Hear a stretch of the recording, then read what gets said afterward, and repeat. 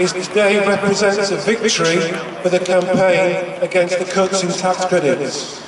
And that victory is significantly down to the victory of Jeremy Corbyn for leader of the Labour Party. Without that, the 250,000 votes he got and the backing of the trade unions, without that and the campaigns across the country against tax credits, we would not be in the position we are today. And the message is very clear. If you put forward an anti-austerity message and you campaign against austerity, you can win, and you will win.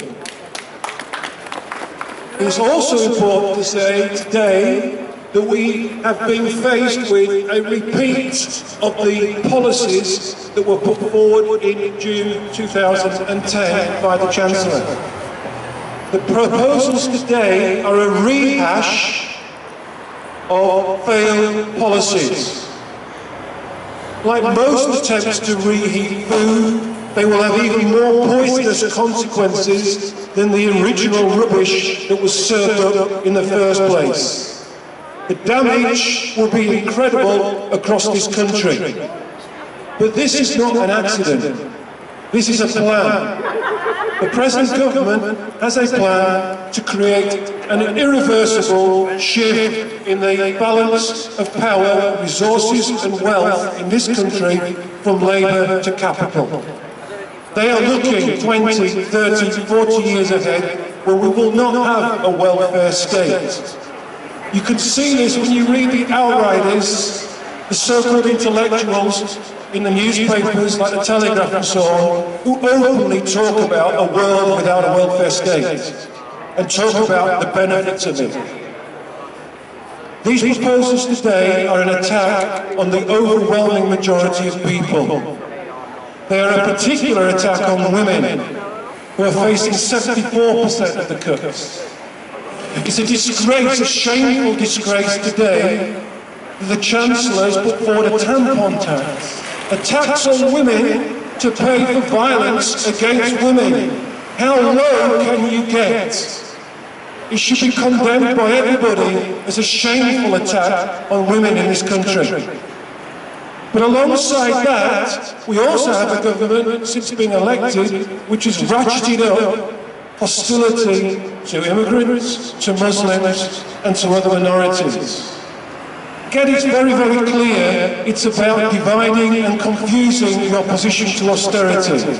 And again, we have to say, migrants welcome here, no to Islamophobia, no to racism. But importantly, on top of that, we also have to be clear that we are against war, and we're against Cameron's war drive. We should also be against a free vote for Labour MPs on that war drive. It's not a matter of people's individual conscience. This is a matter of war. There is no other important matter than war, no comparative matter as important as war. We need to have people united against that war drive. We also need to have people united against the gross waste of money that is being proposed to be spent on Trident. Trident has no economic, military or moral justification. And again, we have to be very, very clear on that. I'll end with this. We have now in the leadership of the Labour Party a real prospect of having a government elected in 2020, or hopefully before, which champions the interests of the majority of people. A party committed to investment, not cuts, that understands that you can grow the economy by investment, and that understands if the private sector will not invest, the state will step in and invest instead. And we've seen today that Donald put forward clearly a programme for public investment, whether it be on housing, education, transport, the health service, whatever. All of these will add value, not just to the quality of life of people, but to the real output of the economy.